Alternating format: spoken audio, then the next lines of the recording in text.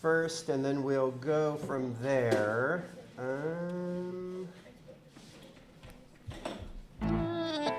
All right. What's happening right here that you can't hear and I can't hear, although Steve can, is we have intro music. So usually we're just kind of grooving on that and getting ready. And cheers. Cheers, non-alcoholic beer. A lot of things are different about today's recording in a classroom rather than a pub or somewhere like that. This is going to be the first time in my life that I've had a non-alcoholic beer. Second for me. And so I hope I don't choke. I like non-alcoholic beverages, but just if I'm going to do that, I'll just drink a soda or something. But here we are. Cheers. Cheers. Tastes sort of like a Heineken. You can. Very nice. Okay, we're going to start now for real. Hello and welcome to The Moon Underwater. I'm Kelly Daniels. And I am Steve Jones. And here we are at Augustana College. What's the day? Why are we here? It is Symposium Day. The conference is called Voice and Vision. So how do you think we're voice and vision? It's all right here. Yeah, well, we're talking and there's a video too. It's true. That's what I said in the application to do this. Kind of meets all the categories. Both of them. Yeah. Voice and vision. Yeah. That's us. Yeah. We have a live audience here of students and faculty and several staff hundred people, and just, I would estimate. Cool people, the best people in the Quad Cities, at least, maybe beyond that. So thank you all for being here. Our podcast is called The Moon Underwater. I'm just going to give a kind of overview of what we do. Those who listen to the podcast kind of know this stuff, but they're probably ready for a little, refresher. So The Moon Underwater is an article by George Orwell, the great writer, the post-World War II writer. He's the free speech guy. He was a communist, or at least a socialist, who was the first one to recognize that Stalin wasn't really his friend. And wasn't really the friend of anybody who values freedom and a good society and all that kind of stuff. So he was very brave. He went against his own people, got a lot of pushback, but he's well known for it now. He wrote an article called The Moon Underwater, and that is the name of his favorite pub. The ideal pub, really, right? Well, at first it was his favorite pub. So he's an English guy and a London guy. And if you know anything about London people and English people, is they like to go to the pub. They like a pint now and then. At their local, a pint of bitters. Yeah. And his favorite pub was called The Moon Underwater, and he describes it in this article. And it's really cool. It's got all kinds of things going on for it. It's got food. It's got multiple rooms. There's no music in The Moon Underwater, although we do have music in ours, just intro and outro music. But there's no music because it's a talking pub, not the pub doesn't talk. That would be quite a trick. But it's for talking, and he was into conversation, an open conversation. Everybody's invited. And it becomes kind of a value statement, this pub. And then by the end of the article, you realize it's not real. It's just like the perfect pub. Although he admits it like in the last paragraph. It's like, by the way, this doesn't really exist. Right. But it should. So I was just in London over the summer, and I went and saw George Orwell kind of tourist sites. And there's a whole bunch of them. There's 26 of them that are all pubs. They all claim to be the Moon Underwater. No, only one of them claims to be the Moon Underwater because that was the one that was right around the corner from his house. His local. While he wrote, it was his local. It's called the Compton Arms, in case you all want to go there. And the Compton Arms is nothing like the Moon Underwater that he... Were you sorely disappointed? No, I wasn't sorely disappointed, but I asked the bartender. They call them, do you know what they call bartenders in England? Publicans. Oh. Publicans. All right. And so here, if you're used to be a bartender, and then you go back and become a bartender again. What You're are a you? A Republican. Yeah, all right. Sorry. Nicely Yeah. Anyway, I got a little bit of laugh on that kind of bad joke. I just thought of Terrible. it. Yeah, it was not good. But I asked the publican about George Orwell, and she was just completely bored with my question. And she goes, The well, I don't fifth know. time that day she answered it. Maybe. Probably. And then she said, oh, you can talk to the manager later. And I go and talk to the manager. He's like, yeah, they say that he used to come here. That was like it. Like, Manager said, your money's no good here. Why don't you get out? There's 26 different pubs that George Orwell used to like to go to. And that just became my reason for being in London. Or So being I had a George Orwell fan. I didn't 26 actually go different to pubs. all 26 of them, but I'll have to go back sometime. So anyway, that's what we started the podcast as a homage to George Orwell, and the whole idea of having a good talk is just having a good conversation. And one thing about our podcast is that we don't do any kind of phoning it in. We don't do any kind of Zoom calls. If you're a famous person across the world and you want to be on the moon underwater, you got to come see us because we're not We going to. have someone here, over here, Samantha Echeverria. Hello. She came to see us. That's right, she did. Guest, author. We do have guests now and then. Mostly it's just Steve and I, and we tend to meet at this little bar that's near my house in LeClaire called the Riverview Roadhouse. We'll give them a little shout out. Absolutely. And they know us there. At first they were like, those guys are weird. And now they just don't even look at us, which is nice. So that was one of our rules of the podcast. And we really like to encourage what I'm calling embodied experiences and face-to-face interactions, just like we're doing right here. Pretty great. We're not looking at screens. And I'm not a screen hater or anything like that, but That's my job, is looking at screens. sure. Yeah. And mine to some degree too. But we do like to get out of the house and hang out with people. And that's what the podcast is all about. The other thing that George Orwell is known for, besides his personal life and his bravery around freedom of speech, is he wrote a novel called 1984. How much did you like that novel, Kelly? Maybe we I should go didn't back like and revisit it. that episode. Let's not go back to that. That's a sore subject. Here's the thing about George Orwell. I'm a huge fan of his writing, but I love all his essays. He's this prolific essay writer, and I really fell in love with his writing through these like collected essay book. And I'm like, yeah, let's do Orwell. But of course, he's better known for 1984 and Animal Farm. Yeah. And 1984 is the classic dystopian novel. Its sales have somehow gone through the roof in the last few years. I can't imagine why all of a sudden everybody's interested in an authoritarian government that's taking over everybody's rights. And they have things like the Ministry of Truth is the place where all the lies are told. And the Ministry of Love is where they torture people. And it's kind of a messed up story.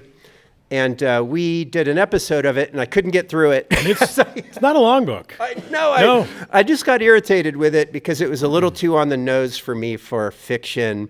And, okay, so Steve brought up a really painful memory of me just failing at the job. Reading a different book, I might add. I brought a different book to the party. Yeah. A book called Master and Margarita, which is about Stalin's Russia or USSR, and being a writer or just being a citizen under that oppressive regime.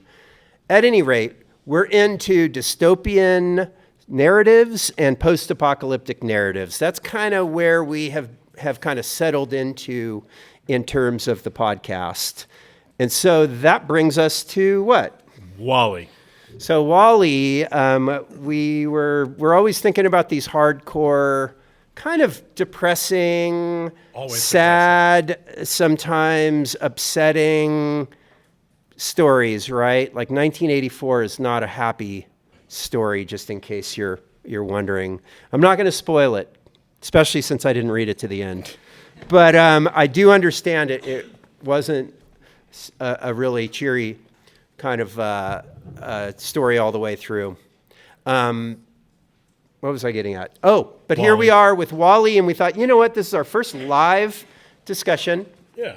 And we're here at Augustana College, which is good enough to employ me.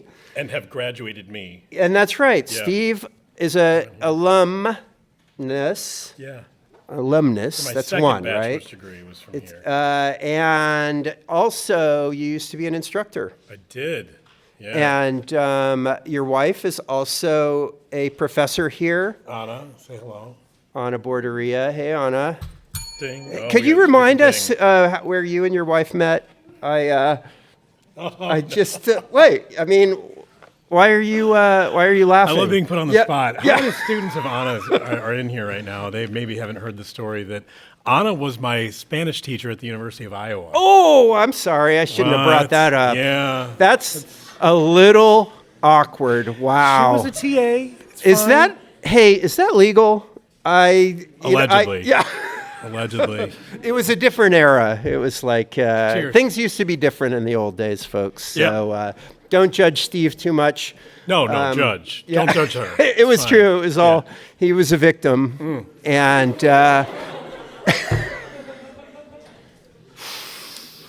Ah, you know, I think this beer might have alcohol in it. It could, yeah. Did you add some? I Like, didn't. Yeah. I thought you'd like the joke that it's not PBR, but it's Heineken. Oh, I forgot that joke. There's a lot of inside jokes It's an at the inside Moon joke. Underwater, and one of them is, does anybody know the movie? I bet you it's going to be Nobody. zero, but Blue Velvet. Few people raise their All right. hands. Nice job. Guy tries to order a Heineken. Blue Velvet is a kind of an artsy, trippy, weirdo movie, sort of a thriller. Dennis Hopper is in it as a crazy guy, and there's a kind of a nice, innocent young college guy who starts hanging out with these really bad, like gangstery type of creep weirdos, and they take him to a dive bar, and the nice young college kid orders Heineken. But all the bad guys drink Pabst Blue Ribbon because Which is what we normally drink. we normally drink Pabst Blue Ribbon partly because of that movie. And so that's the joke. And I guess I didn't really need to explain it because everybody's like looking at me like, oh, okay. Like, yeah, that part of the movie Yeah. was great that nobody but 3 people have seen. So in let's here. get back to how many of you have seen Wall-E? Everybody, All that's right. so great. I was like, oh my gosh, what if like nobody's even, that's already done with it. Culturally, it's moved on. So Wall-E is a really, really sweet movie. I watched it when I was young, when my kid was a little kid. And I watched it, and the first time I watched it, I don't like to admit this, but since it's just us in here, I was like actually having to wipe tears from my eyes. And No. it hurt to cry. And I didn't like it, and I hid it from my wife and my kid, but I'm telling you all, Right. and I just don't say anything to anybody. It's a really touching movie. It's really sweet, and Different read. and it is also both a dystopia and a post-apocalyptic narrative. And so here we are doing our Moon Underwater treatment of the film Wall-E. And by the way, if anybody has some burning question or something to say, you can come right up and say something on the mic, and we'll reserve the last few minutes for Q&A in case you want to wait till then. And I will say, while we're at the bar, every now and then we're just talking with our headphones on, and some drunk at the bar will just start Usually. yelling stuff at Right. us because they want to interject, and we have headphones on. We're like, okay, I can't hear you at all, but. And then other times people come up or they'll bring us drinks, or they'll just want to have a conversation, and we're like, We've gotten shots. We're kind of recording something right now. And we don't cut anything. We don't. Yeah. We don't edit, and we No. don't cut. And so the reason why we don't do that is because if we did that, we would have to do that. And that Right. takes time. Yeah, And that's- and so we just don't. Seems like a lot. Yeah, we I just didn't record realize, it. with the headphones off. I did not realize how loud these bells are. Yeah. That's really loud. We ring those bells in bars and everybody looks at us, but the bell is just whenever we name drop somebody or a business or something Make a like little that, ding. we just do that. I don't know why. We used to have a fake bell, but one of our guests brought us these bells in like little gift boxes. So now we unwrapped them. Yeah, on the Moon Sarah Underwater. Gutowski, I Yep. guess we'll have to name drop her because she gave us the bells. did. All right, what did you think about your take was different from mine and Wall-E? You didn't think it was sweet or cute? malfunctioning robot collects stuff and, convinces humanity to come back to Earth. That's a nice story. Oh, it gets worse. I'll unpack that for you. But should we start out with where do we start? We start, I start off with a question. How seriously are we supposed to take it? It's a kid's cartoon, right? It's Pixar. It's a really sweet. It's made for children. So how much of the sci-fi thing should we do to say that's not realistic? Or we do that all the time. We do that on other narratives all the time. It's like, it doesn't work that way. Kelly has ruined lots of literature for me or movies because I often think to myself, that doesn't make any sense. Yeah, so I'm a creative writing professor, and Steve is a tech worker, and so he knows all the technical stuff. Yeah. And I have kind of a story, whatever. I know story structure and those kinds of things. And so he teaches me about the tech, about, remember when I called it ones and twos instead of zeros and ones? I guess zeros and ones is how computer people think. Yes. And I thought it was ones and twos, and he thought that was really funny. And haha. I thought you were kidding. But no, I wish I was. Okay, here's where I want to start, though, is the very first scene. Yep. All right. We're coming in. There's show tunes playing, and you see the world, and you see all these what look like skyscrapers or mountains, but they're mountains of trash. Yep. And then, so you're like, okay, we're in post-apocalyptic territory. These are mountains of trash. That's not good. Something has happened to the Earth. The Earth is not in good shape. And you see two kind of clues right at the beginning. A whole bunch of nuclear, what are they called? Plants. Those big smokestacks from nuclear power plants. Towers. And wind turbines. And I'm like, okay, so the first thing we get is that they fully had the renewable energy thing going right on. And this was the answer. And I was just like, wait a minute. Yeah. Is this funded by the fossil fuel industry or something? Because it seemed like what? It all fell apart. What fell apart? That was my question. And usually in the world we're living in, the biggest threat is climate change, right? It gets too hot, we're all going to die, all the life is going to die, or at least maybe the cockroaches, which was a nice touch in this movie. But apparently, right at the beginning, we realized they have solved the energy problem.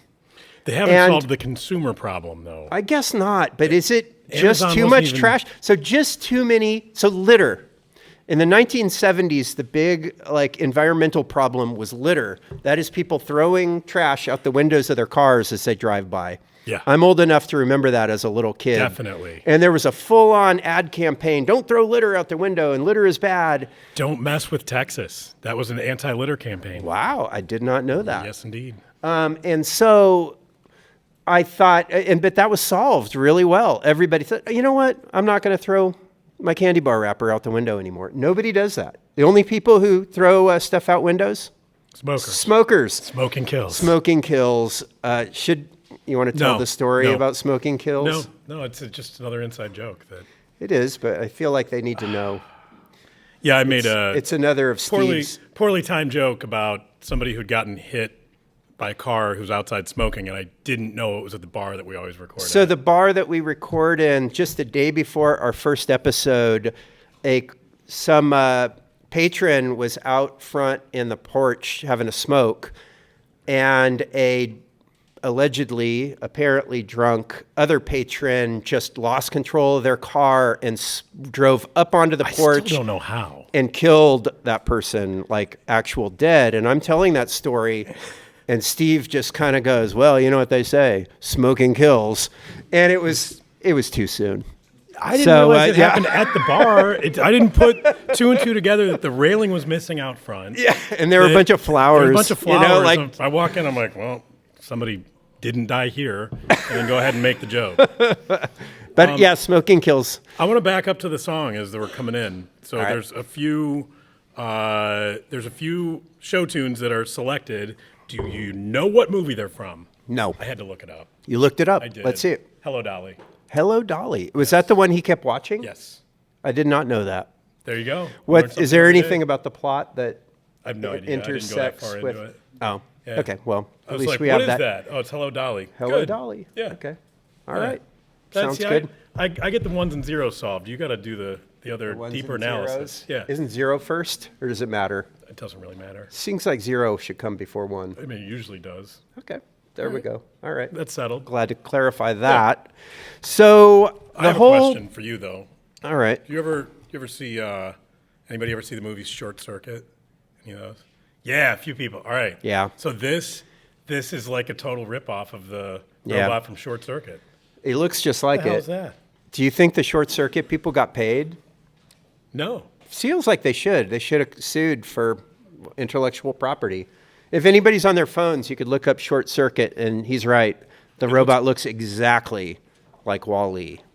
So is that? wow. Have you seen that movie? I saw the commercials for it. Never See, saw it. What I was wondering was if there is an age gap between us such that I definitely saw Short Circuit as a kid and loved it, and that would have been a movie that you would have been like, I would never watch that Probably. ever. Yeah, I was probably too old to It's weird. care Yeah. about that. Well, you missed out. Yeah, good one, huh? Classic. Oh, Short circuit. I All haven't right. seen that in well, I guess we'll give it a 30 ring. something years. So Yeah. Is that on the Sure, list of? no, we have like definitely not. 100 movies we need to watch for we the don't podcast. need to watch that one. It's not great. Yeah. Okay, good. All right. Glad we don't have to Yeah. watch that one. But you It should know seemed that the dumb. robot's ripped off from that. Yes, I do know. Right. Wally. I guess that he has a name. I should probably use it. You guys want to hear the story, or do you want to hear the story? My trash story. Not really. Here it is. It's a good one. I was in Mexico. I was in a train in Mexico. There used to be a train called the Oaxaqueño that went from, you could go from Guadalajara to Mexico, DF, Nice. and then you take another train to Oaxaca. That was great. I don't think the train exists anymore. I think it just got old and they do buses now. But I was on the train and I had some trash because I had brought my own lunch or whatever, brought some beers, something. And I had this little trash bag, a little grocery bag full of trash from my lunch and my beers. And I'm looking around for a place to put it on the train, like a trash can. And I'm walking around, and then a conductor goes and sees me and he goes, "Oh, I got that." And he takes it from me.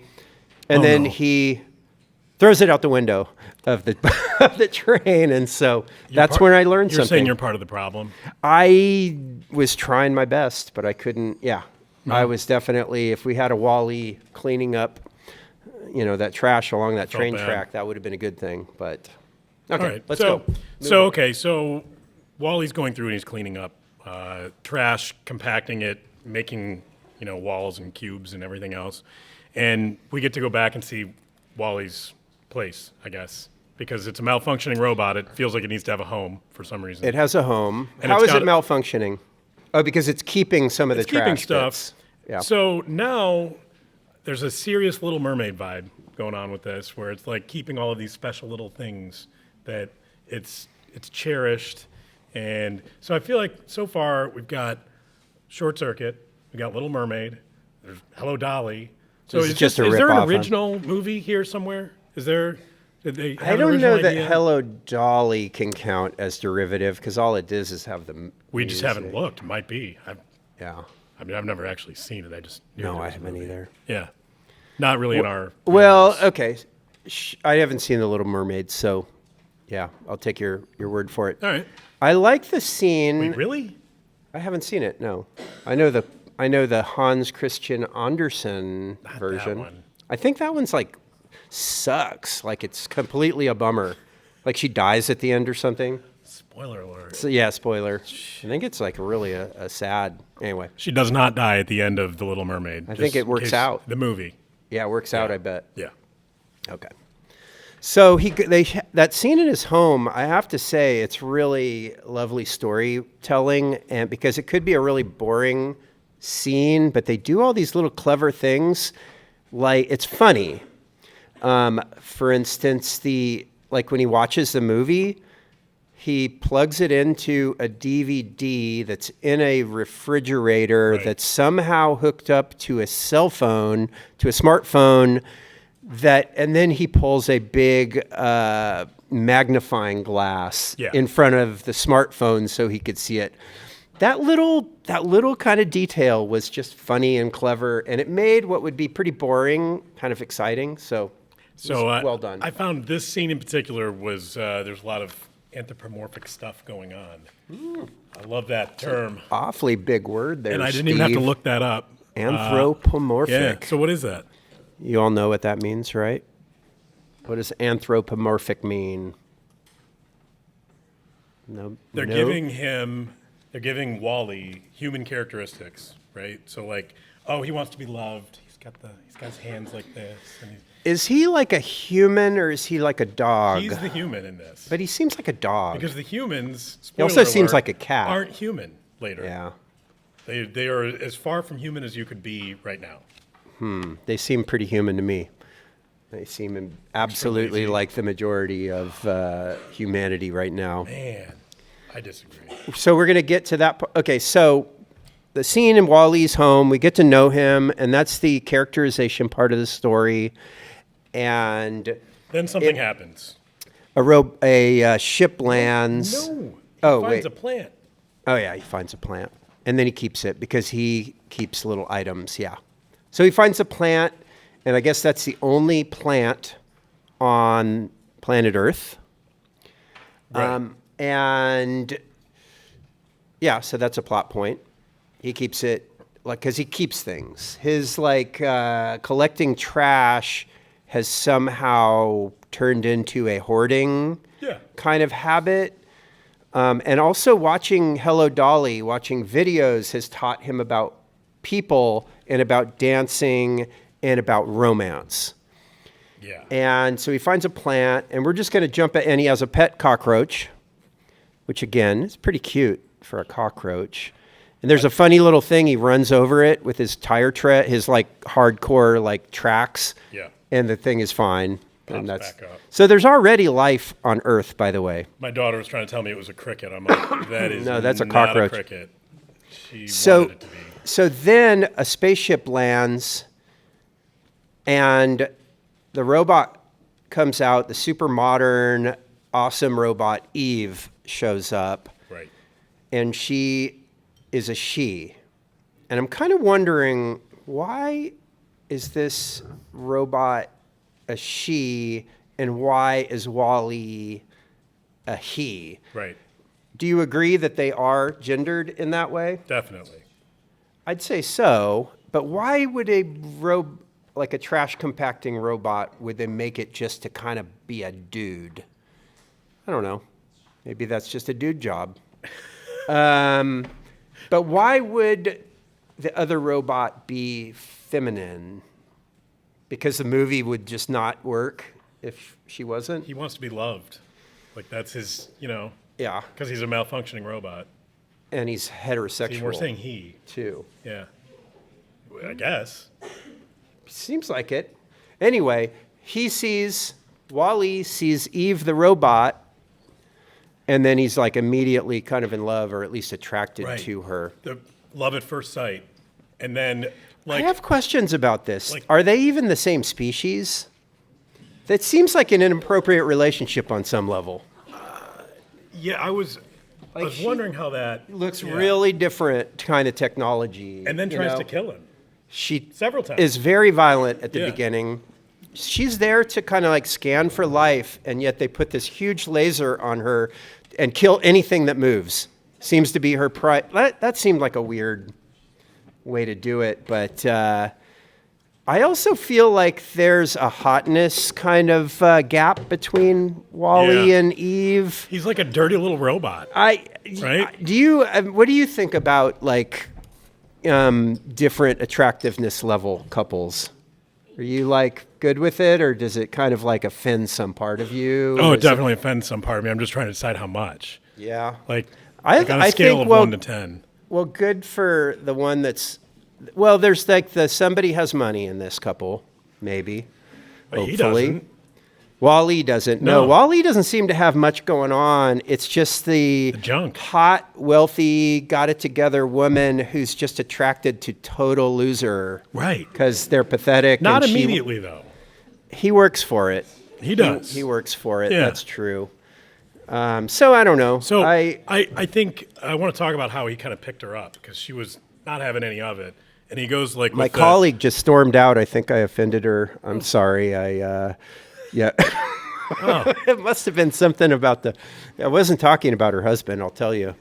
For sure. He used the puppy dog pickup to pick up Eve with the little cockroach. Wait, what? Say it again? He used the puppy dog pickup, right? Like, his dog got away and finds her, and she that's thinks really the cockroach mine. is cute. Right. That's weird. See, it's anthropomorphic. See, it's The getting cockroach weirder. This movie's crawls getting weirder the more into we talk his about it. like circuitry, and he goes, "Oh, that tickles. That's nice." Like, imagine a cockroach crawling into the neck of your shirt, and you're like, "Oh, that's Pass. cute." Yeah. Anyway, I guess just to say, we're not like these robots. So Well, then he stalks her. he stalks her. He's a creep. What's the difference between stalking and devotion, though? There's a very fine line, I think. Yeah, and it's he odd- definitely odd. crossed it. Like, So romantic. Like, he's just following me everywhere and Right. like camping out outside my house. And this aw. wasn't great at first, but now it's amazing. Like, I don't Yeah. think at any point Eve was thinking that. Yeah. Yeah. All right. Yeah. Just I'm asking. So, what's going on? So then he brings her over to his place and shows her all of his junk, and they're getting simple pleasures out of very So look at this human thing. things. Look at this thing. Look at this thing. And then the bubble wrap, pop. yeah, she pops and the they start bubble. popping the bubble wrap. That was fun. And, yeah. Yeah, I mean, it's so very he's- human though, right? So he's so winning her far, over. They're humans. I'm just saying. Okay, yeah, I know. They're humans. And then she finds this is the main kind of plot point, I think, is coming up. He shows her the plant. She Right. scans it, and the button goes off in her, and she goes into a different mode. Eyes go green. And what it is, okay. And then she puts the plant in her belly. What just happened? Guy likes girl, invites her to his house, shows her his stuff. Then all of a sudden, she has this living thing in her stomach and she needs to take care of it. I have it in my notes. Yeah. So That's kind of what happened. And she goes into mom mode. She's does. like, okay, must protect plant and belly. get rid of loser. Yeah, she ignores him, and Yeah. he's watching over her. She doesn't need it. No. But She's way and- tougher than he is. Oh yeah. Yeah. But and then she gets transported up to the ship, and he tags along. And then once she's in the ship, they take her into the delivery room. Like, They do. you know, I mean, it's full on medical kind of a thing. And so this really is it's a romance, but they have a baby before they even hold hands, which is usually not the way it's done, I think. But in the robot world, I guess Could be. that's how they do it. So we're on the ship now. We are. So the ship, we go from post-apocalyptic. So there's a difference between post-apocalyptic stories and dystopian. Post-apocalyptic is everything has been destroyed and people left on Earth are just like they're barbarians now or they're survivors and they're doing whatever they can. Dystopian are overbearing governments that are controlling us for our own good. Got a little maybe. bit of both here, I think. Well, I think once we're on the ship, we're in dystopia. Yeah. Once we're on the planet, we're in post-apocalypse. So we're getting two for the price of one. It's true. So we're on the ship, and we meet the humans very slowly. Yeah, I kind of have this as our Act 2 starting. All right, Act 2. Yep. So, yeah, we start to meet the humans, and as it turns out, everybody is really lazy, really fat. They can't move. They can't do anything for themselves. And the robots are literally doing everything. So this is the dystopia, is that everybody wants convenience, right? We want, you'd rather get a ride somewhere than have to walk somewhere, right? And et cetera, et cetera. And what do you like to do? I like to sit and drink nice sweet drinks and chill out and not have to work too hard. But they don't work, though. And this is the ultimate be careful what you wish for, because you just might get it. And so convenience has gone from something we want to something that is mandatory. And everybody on this cruise ship in space, which has been in space for 700 years now, we learn, have all become morbidly obese, and they float around on, one reviewer said it's like a lot of the people that you're going to meet in a Walmart. And no offense to Walmart shoppers. By the way, and so that is what has happened to humans, is that they are completely useless. They just float around on these little walker kind of loungers, right? Right. And the robots take care of them. I don't quite understand the economics This of doesn't this. work. This is where I'm going to do the. All right, this let's do that. doesn't make any sense. It doesn't make sense. Wait Let's a hear minute. it. So they've got their. Let's see, Mr. Zeros and Ones. Let's hear about how it doesn't make sense. What's the name of the store? Buy more, No, or is by large? by large, by and large. By and large. Yeah, I didn't thank even you. realize that it was a. What are they buying with? Like So what? this is the villain of the story, and it is like Walmart. It's the mega store, Yeah. right? But these people aren't buying anything anymore, right? That's what you're saying, right? No, well, I mean, is it sort of like a universal basic income setup, and they're all just giving the money straight back to this? I think that's it. Commies. I don't It's an understand anti-commie. this. That's what you're going to end up. I'm sitting there. I'm watching this yesterday, going, "Hold on a second. These people don't do anything." Like No. So They don't even go in the pool anymore. right. They didn't realize they had a pool. Yeah, they forgot. They just float around on screens, and they talk to each other on screens, even though the That person's sounds a right lot next to like what we do now. it. Does. This was 2008. There was barely Yeah. an iPhone then. I think I think it's, so it does make a lot of sense. The economics of it don't make a lot of sense, because the thing about capitalism is it wants to make money and it wants to extract something from its citizens. But this felt like all of a sudden rampant capitalism turns into full-on socialism, where nobody does any work at all, and the robots just are taking care of you for And they what don't reason? want you to go back to Earth. The robots are like, Well, I think that's it. It's the robots, it's the AIs have taken over. Right. They want to take care of us, and their role is to take care of us, but they don't want us to do anything, and so we're permanently infantilized. I see And no problem with this so far. you like, I'm in. meaning like Yeah. you want to Can I go get on the one of these cruise. chairs? It seemed okay, I have to know. say. 72 degrees every day, swimming pool. But here's the thing: there's a running track. They could have run on the running track. You wouldn't do it? You're a runner. I know. If I don't have to, I'm not going to. You don't have to. You don't have to run. You pay money to get run in those like marathons and stuff. Yeah. No, that seems like think a you're lot. lying. If You're it lying could be to as me. simple as I'm George having- Orwell didn't like liars, Steve.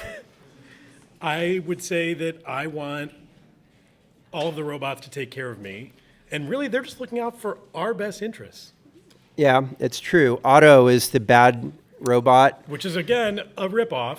It's not a ripoff. Oh, it's it totally is. It's an homage. Oh, An homage is not a ripoff.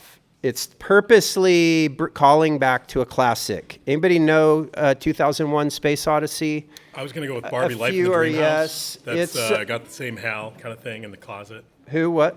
Barbie Life in the Dream House. Oh, Great show on Netflix. I've heard of. Yeah, it's a Seen good a one. lot of it. It's a- There's a HAL 9000 in the closet that picks out Barbie's outfits. Aw, that's nice. I like it. That's a funny. It is. It's a funny joke. So Otto is, which is short for autopilot, right? Is taking care of you or else, And cannot go home. And the reason why? because they spoiled Earth. Oh, it's classified. It's classified, but then finally we get the information, and the Earth has been you can't live on it anymore. But it's like, hey, that's 700 years. But here's the other thing: is AI or at least like Google search, is both the villain, like Otto is the villain, but the captain learns about the Earth by asking, whatever ChatGPT, like, Right. oh, tell me about dancing, tell me about pizza. And he's like, oh, Earth sounds cool. We should go back there. And they go, no, you can't, too perilous. And he's like, Directive, what was the directive number? I don't Why they remember. couldn't go back? A113. And that, my friends, is an Easter egg in the movie. Uh-oh, what is the Easter egg? Anybody know? Let's hear it. Let's hear it. It's the Disney animators, I think, room A113, Yep, and it's in a lot of movies from Disney. it is. That one is just the most, what's the word, like blatant. It's right in your face. Yeah. That one is most there. It's in almost every Pixar movie in some way, shape, or form, A113, and it is a room that I think I had read before it was at USC, but it's somewhere else. But it's in the Los Angeles area, and it's part of some school that most of the animators went to, or like events like this. So ours would be Hanson 234. 234, yeah, that'll be in all that's going to be in all of the Moon Underwater lore Definitely. going From forward. here- We'll from just here on kind out, of we're drop going it with it. here and Yep. there, and that's cool. I didn't figured know you'd know that. that Thank one. you. All right. And then it just becomes, I had like a million notes, but then the last half I was just watching and trying not to cry. I don't know. It was pretty sappy at the end, and then Eve is sort of. So what Yeah, go happens ahead. at the end? Or we're getting Well, to the end Otto already. wants to get rid of the plant because you can't go back to Earth, Right. and the misfit robots kind of end up joining with Wall-E because Wall-E accidentally frees them from the infirmary. So you have this misfits are being kind of closeted away somewhere, and now they're free, and they become useful because they're quite a fighting force, especially the massage robot that can just pummels Yeah. everybody. And then they rebel. And it's a big fight, and it goes up and down, and you don't know what's going to happen, except you do. You do. And finally, they get the plant into the little plant sensor to start the countdown to go back to Earth. The captain has to stand up, and he hasn't stood up in forever. And he stands up and fights Otto. He does. Which I think Otto would have just killed him. He's a robot, and this guy can barely move, but that would not have been a good ending for the movie, for the kids and stuff. So he wins, and they go back to Earth. Did Yeah. I skip some stuff?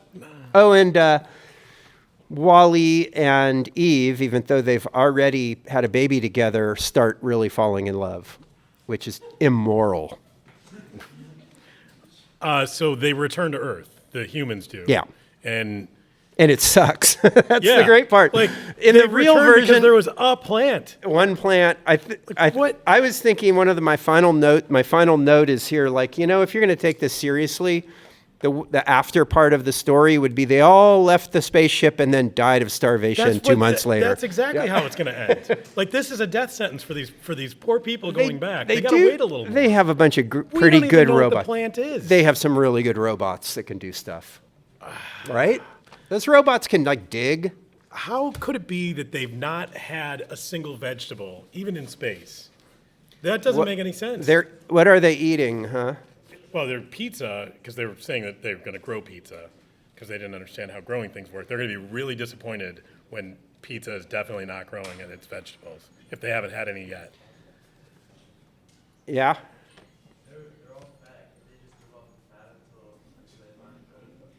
Yeah. So, It's yeah, I guess that's true, but they can live for a while, but there was a plant, and they took the plant away from Earth. That's it. There's no more plant. We don't even know if they could have eaten it. yeah. This seems like I think really you got to poor be planning. optimistic here, though, and they just did it. They started planting some seeds. Where'd they get the seeds? I don't know. What came first? This doesn't the make any seed- sense. The seed or the See? plant? I There's told a- you this movie falls apart. There's that one. You could eat cockroaches. Yeah. Not e-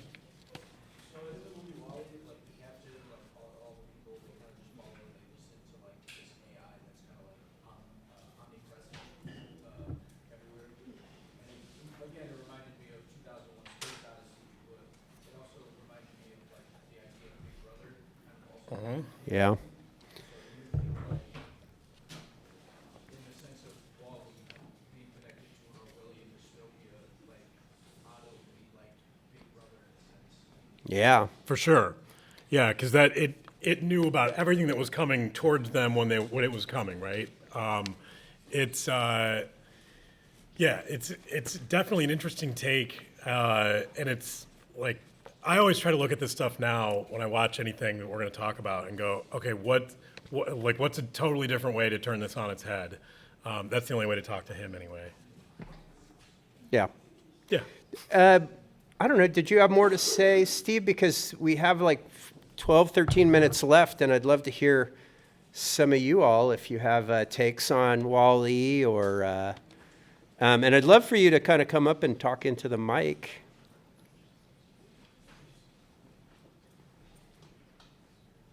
All right. Step on up. Step on up. The Viking Pups. Thank you. It's a club I'm in. All right.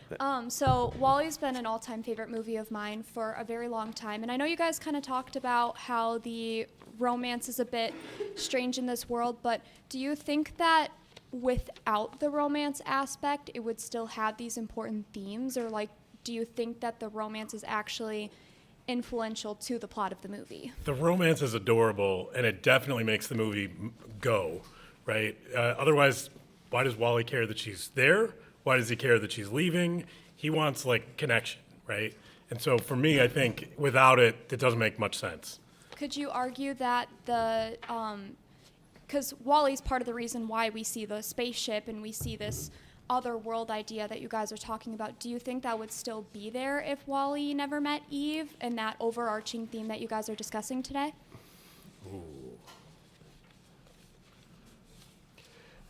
Well, I feel like you could make a movie, you could rewrite the script to not have the romance, and it would not be a very good movie.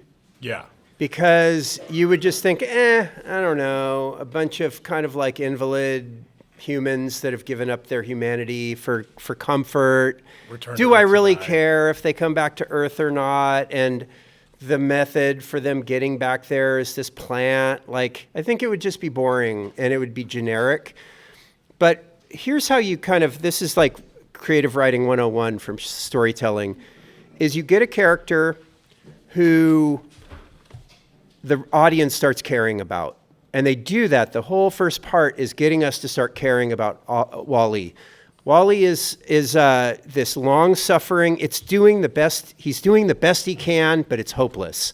But he's still trying, and he yearns for love because he watches these films. And then his well-being becomes our well-being. And then he wants to have some recognition with this beautiful Eve robot, and powerful and dangerous. And we're along for the ride because we want him to finally get that handhold that he wants. And so I do think it's the heart and the, sorry, I'm getting too like biological here, anatomical, but also the backbone of the story, and it's crucial to it for sure. Thank you so much. I appreciate it. Thanks. Thank you. Come on up. Hello. So I think that it's really interesting as I'm getting older that I'm starting to see a lot of politics and my childhood favorites. You know, like whether it's like the racism in one movie or whether it's like just how it connects to real life, like with Star Wars and stuff.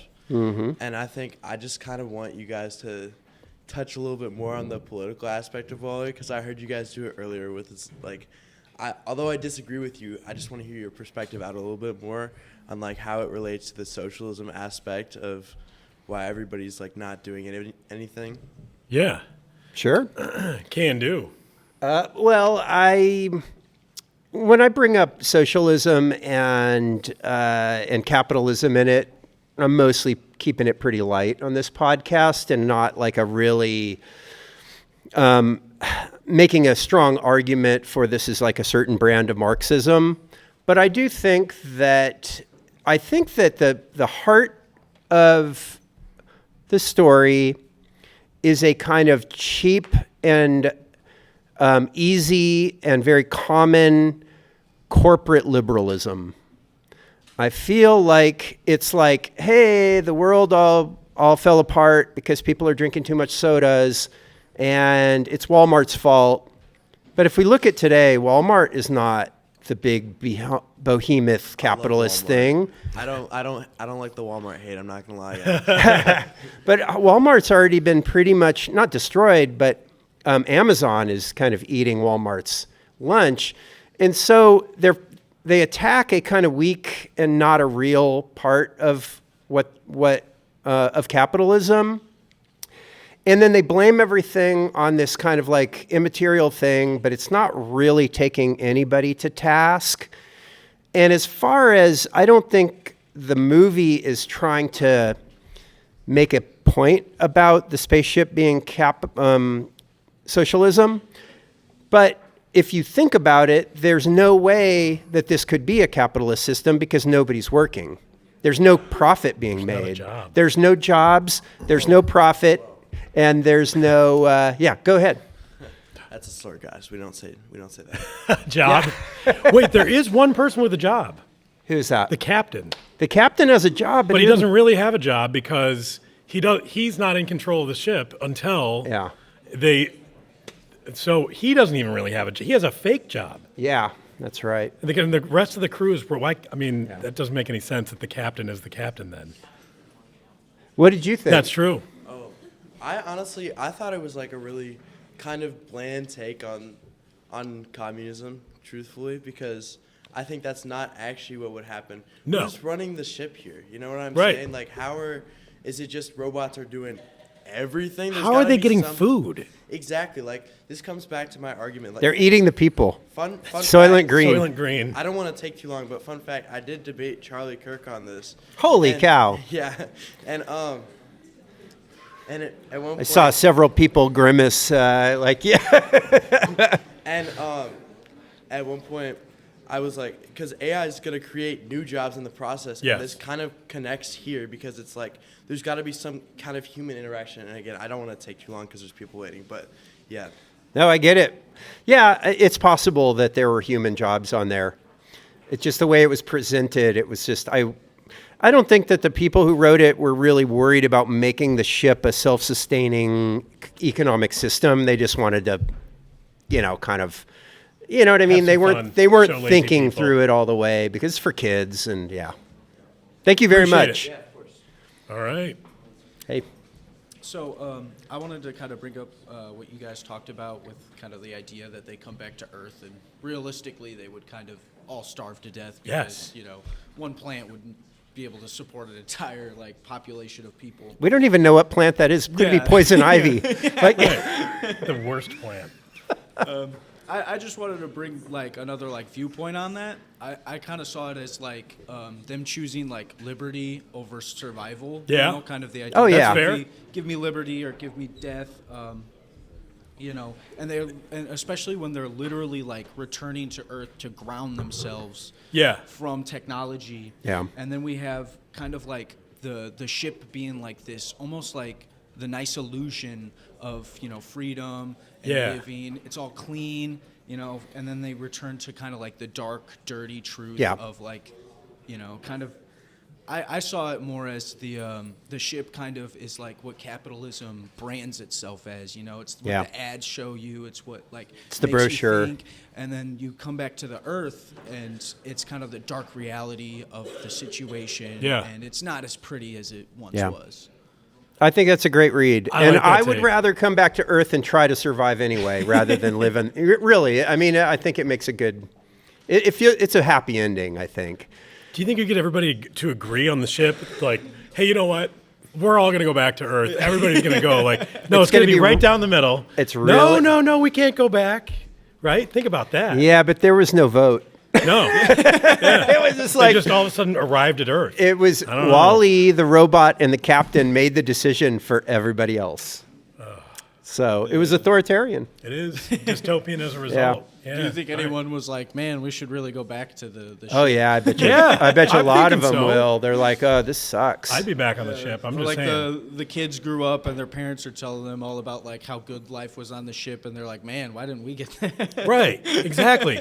You had People you didn't like have to go being to taken- work.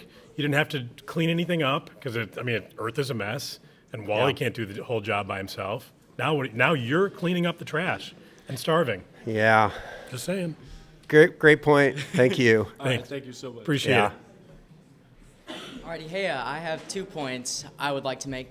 One of them is I saw a thing you compared Wall-E to an Orwellian dystopia, and I would kind of like you to elaborate, like, what makes it Orwellian in the sort of dystopia that you kind of described? Sure, that's a good question, and it's one in which when I wrote the title of it, I spent about 0.45 seconds thinking about, like a fraction. I just kind of like whipped up that title, I'll admit. It's Orwellian because our podcast is connected to Orwell, and I needed to connect this movie to it. But I feel like the ship is a little Orwellian in that Otto is the commander, There's something sinister you know behind what? the It's scenes. not so much Orwellian. It's way more like Aldous Huxley's Brave New World. Yeah. Brave New World came out around, it's often compared to 1984. And 1984 is we're going to brutally oppress you and make you do what we want you to do. Brave New World is we're going to give you everything you want, plenty of drugs and like an easy life, and you're going to choose to do what we want you to do. So I think this is more of a Brave New World kind of dystopia. Yep. Yeah, and the other thing I wanted to talk about is one of the key themes I took away from the movie Wall-E is that all these people, it is kind of classified as, they get everything they want, but also that they just let everything happen. Like, they don't do anything to stop. Right. And one of the big key points, like the climax of the movie, is that the commander, he finally finds the will to stand up to this cruel, like, oppressor. And it Literally kinda, stand up, it, right? Yeah, it literally stand up. And Yeah. it kind of, one of the themes is that it speaks to, we can't just let things like this, like, even if it's doing one of the problems like littering, one of the key themes is that you can't let these problems just live. Even if you're having one of the best lives, these problems still exist and they do have to come up. And I was just wondering if you caught this theme at all, or even agree with the theme that I'm bringing up to you. As you say it now, yes. As I was watching it, I was letting the end of the movie wash over me, and I was not fighting back tears like Kelly, but I think I agree that it's like he literally stood up for what he believes in. Anyway. Oh yeah, everybody was numb, and they were just kind of seduced into this like easy life of nothing. And at the end, they are fighting back, and that's all it took. It was actually pretty easy to overcome the autopilot once they started fighting back. But so I think it's a great point. I just want to hear you guys' opinion on that theme. That was one of my personal favorite themes. Nice one. Thank you. Yeah, I agree. Thanks. Thanks. I guess I was just wondering, like, what other dystopian like books or movies or anything have y'all covered? Because I read quite a few. I had like a thesis paper I needed to write in high school. Cool. So Well, you nice. can grab one of our bookmarks right over there for anybody, and there's a link to the podcast, and you can tell by just looking at the titles. Okay. But we did Brave New World, 1984, which I didn't read all of, and then I talked about Master and Margarita, which is a great Russian Soviet era dystopia. We do the Mad Max movies. We've done at least 2 of them, I think. Did we do 2 of them, or did we One. just do the original? Okay, but we kind of talked about the others. And then we're on Station 11 right now. We're doing the whole we're gonna go Station all the way 11. through. yeah, no, I thought Brave New World and 1984 actually. I didn't particularly enjoy either of them. One I did read that I really enjoyed though, and if y'all haven't read it, it's We by Evgeny Zamyatin. He was like a Soviet writer. It was really It's called excellent. what? We. Okay.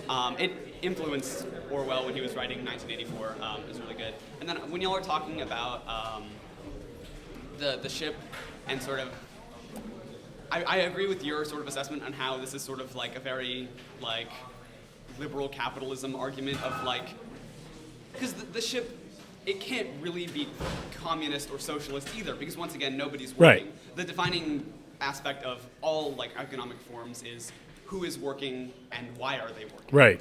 And so yeah, the ship is sort of like It's a this- techno dystopia, yeah, right? It's sort of the image of communism or socialism that's propped Yeah. up in America of like everyone's lazy and is being Yeah. handed what they want, even though that's not really how it Yeah, works. that's a great point. Yeah. So, anyways, that's Thank you. Yeah. Hello. I know you're running out of time. Oh, but we can We're stay good. here, you know, like, yeah. I just want to hear some of your thoughts and theories about what happened before the movie and how the humans got onto the spaceship. Because at least to me, the environmental aspects was a huge part of the message and the themes, especially as given as it's a kids movie. And I think that's something that kids more can understand. Yeah. Okay. Yeah.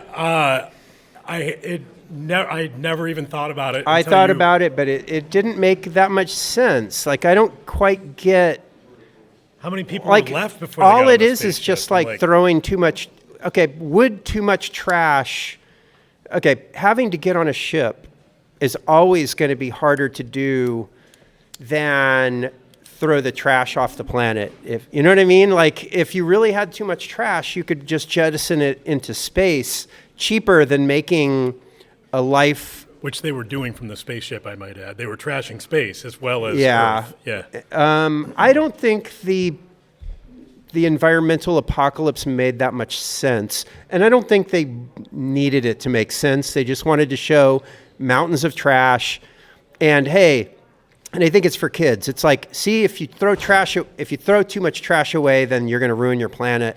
That's, I don't think, how it really works.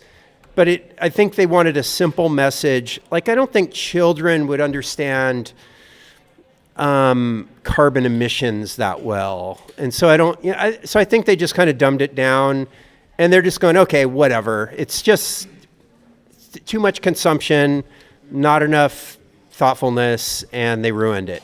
Does that make sense to you? Yeah. Thank you. Thanks. All right. Guys, hope you well. Hi. How did Eve make Wally blush? Is this a riddle, or is yeah? It can be whatever you want it to be. Okay, I don't know. How did I don't know. She said that his trash compactor wasn't the only thing that was well built.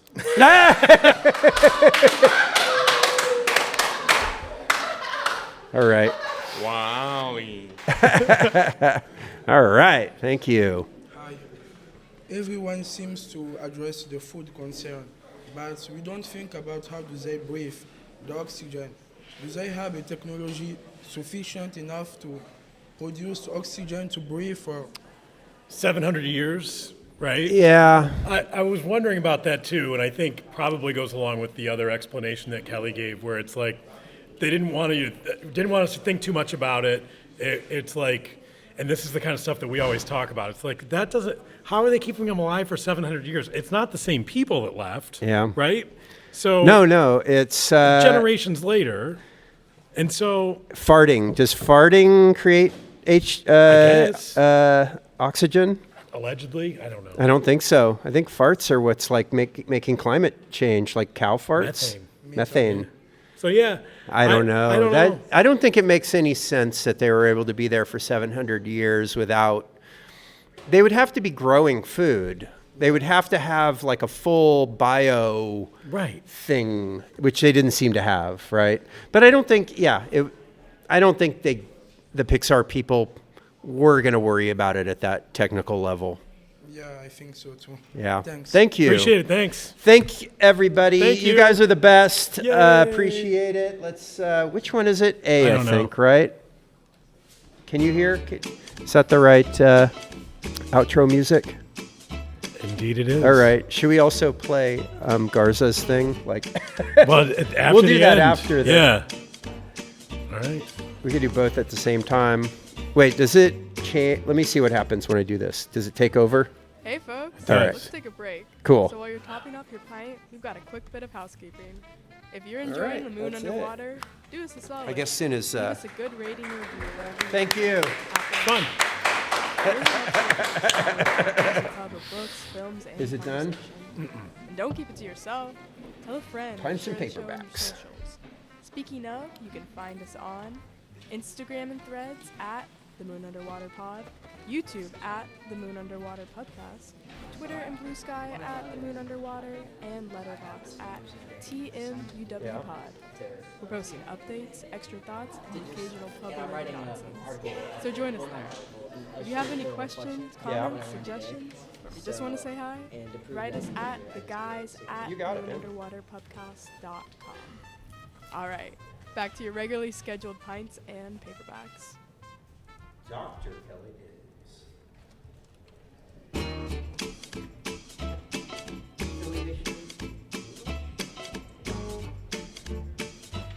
Yeah, thanks. Garza, you're back. Hey, how's it going? Good to meet you. Good to meet you too. Yeah. You guys have never met? No, I was just